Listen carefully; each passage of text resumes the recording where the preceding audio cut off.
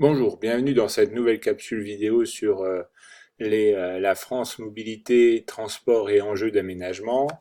Abordons donc un grand 2, des réseaux plus étendus mais qui accentuent les déséquilibres du territoire et d'abord un grand A, l'évolution des réseaux de transport qui semble être le reflet de nos mobilités et un petit 1, des réseaux de transport qui s'étendent.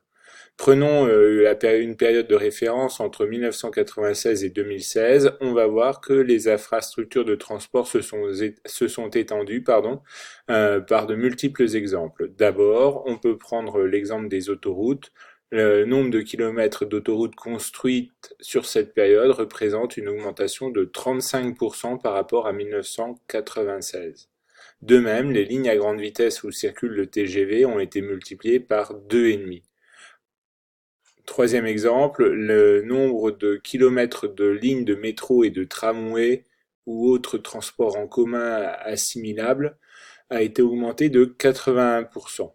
Enfin, le nombre de kilomètres de pistes cyclables a été doublé sur la période.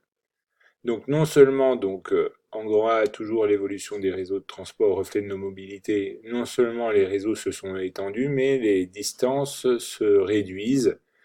Euh, la perception des distances s'est modifiée. Les réseaux de transport sont devenus de plus en plus efficaces.